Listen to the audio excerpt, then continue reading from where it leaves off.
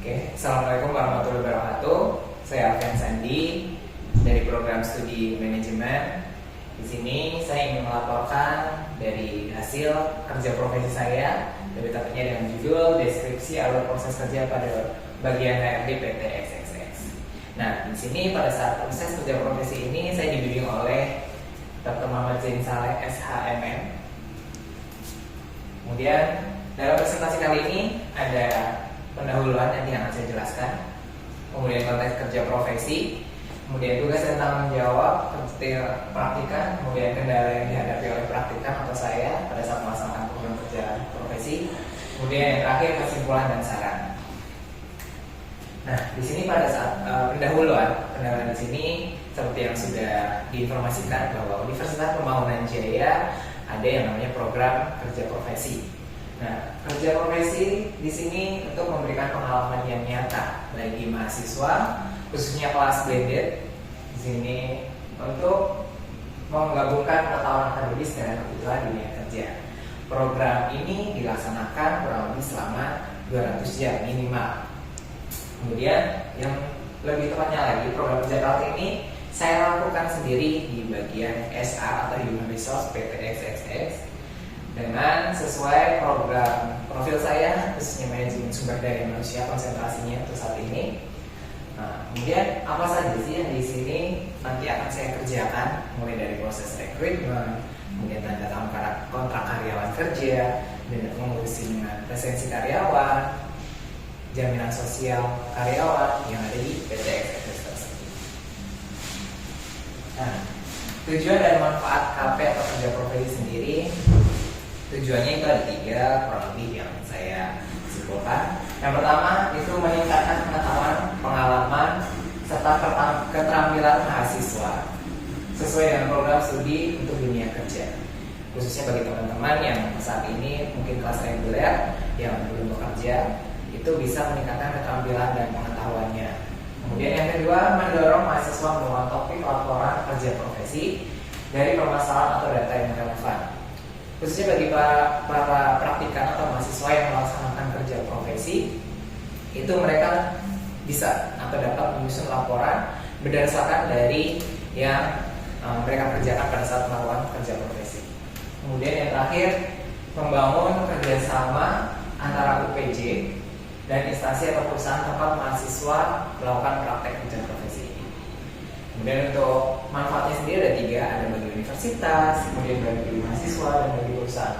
Bagi universitas pastinya akan menjalin kerjasama yang baik antara perusahaan dengan universitas. Kemudian bagi mahasiswa, mereka dapat mengembangkan keterampilan, menambah wawasan, menjalin hubungan yang baik juga dengan perusahaan. Bahwasanya siapa tahu nanti pada saat setelah lulus dari Universitas Pembangunan Jaya, para peserta magang atau praktikan dapat melanjutkan bekerja di perusahaan tersebut. Kemudian yang terakhir bagi perusahaan sendiri akan menambah inovasi-inovasi baru yang dikeluarkan oleh para mahasiswa atau praktikan dari Universitas Pembangunan Jaya. Kemudian menjalin kerjasama yang bagus juga untuk kedepannya antara perusahaan dan Universitas Pembangunan Jaya sendiri. Kemudian pelaksanaan kerja profesi ini durasinya saya lakukan minimal yaitu 200 jam. Saya juga melakukannya durasi 200 jam dimulai dari tanggal 6 November 2023 sampai dengan tanggal 8 Desember 2023, di mana jam kerjanya itu dari Senin sampai dengan Kamis mulai pukul 8 sampai 5 sore. Kemudian untuk hari Jumat itu jam 8 sampai jam 17.30, dikarenakan hari Jumat istirahatnya lebih awal untuk umat muslim menjalankan ibadah sholat Jumat. Kemudian konteks kerja profesi sendiri, program kerja profesi atau KP di PT XXX khususnya di Human Resource praktikan bertanggung jawab atas tugas-tugas khusus terkait. Jadi saya pada saat melaksanakan kerja profesi ini membantu manajemen untuk melakukan tugasnya mencakup proses rekrutmen karyawan, kemudian perpanjangan atau penerimaan karyawan baru, kemudian terakhir terkait pengelolaan turnover atau mutasi dari karyawan toko, karena di sini PT XXX sendiri itu bergerak di bidang retail. Kemudian mengenai sanksi atau kompensasi karyawan dan juga mengurus jaminan sosial seperti BPJS Kesehatan ataupun BPJS Tenaga Kerja.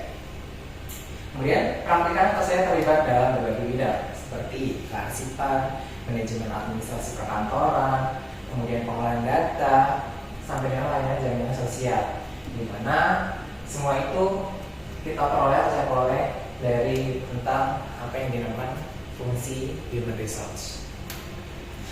Kemudian, nah tugas dan tanggung jawab saya selama menjalani program kerja profesi ini kurang lebih 1 bulan lewat, itu ada 5. Yang pertama dari bidang kearsipan. Bidang kearsipan sendiri di sini saya mulai dari mengarsip berkas-berkas karyawan baru sampai dengan karyawan mutasi. Kemudian bidang manajemen perkantoran dan administrasi, mulai dari presensi karyawan, kemudian juga data kepesertaan karyawan, mulai dari data pribadi, nama, alamat dan lain sebagainya, ubah data status sipil dari menikah, dari lajang menjadi menikah. Kemudian bidang data dan processing. Data dan processing di sini ada seperti misalnya saya membantu untuk proses turnover karyawan, gimana caranya agar perusahaan atau PT XXX ini tidak banyak angka turnovernya.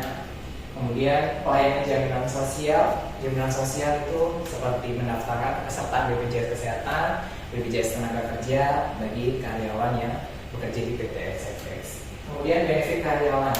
Benefit karyawan sendiri di PT XXX sudah ada yang namanya benefit seperti kompensasi, kemudian tunjangan menikah, kemudian bonus, insentif dan lain sebagainya. Kemudian kendala yang dihadapi ada yang namanya penyimpanan berkas yang kurang rapi, terbatasnya tempat, masih banyak berkas dan dokumen belum paperless. Kemudian kedua, untuk proses scan berkas karyawan tahap digitalisasi, karena di sini PT XXX sudah mulai adanya tahap digitalisasi dokumen. Jadi beberapa khususnya yang tetap sudah ada yang namanya progres, dan di sini kendalanya itu adalah tahap proses digitalisasi adalah satu persatu berkas kita scan, kita upload. Kemudian yang ketiga ada yang namanya terbatas jarak lokasi toko dan kantor cabang sehingga membutuhkan waktu untuk administrasi. Banyak kendala yang dihadapi oleh karyawan PT XXX apabila mereka ingin administrasi, yaitu karena lokasi toko dengan kantor yang jaraknya cukup jauh.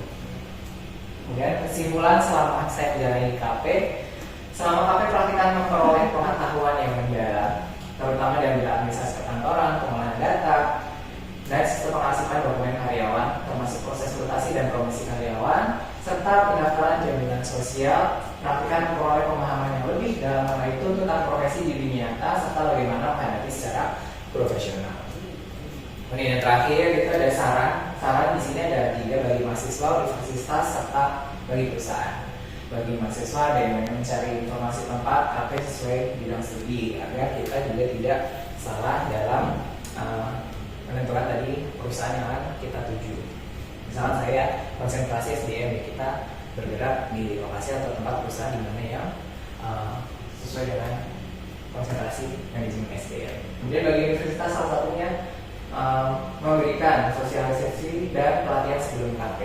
Jadi bagi universitas alangkah baiknya setiap sebelum peserta KP atau praktika atau mahasiswa yang ingin melakukan kerja profesi harus memberikan sosialisasi, dan terakhir bagi perusahaan memberikan perhatian dan arahan lebih kepada praktika. Terima kasih.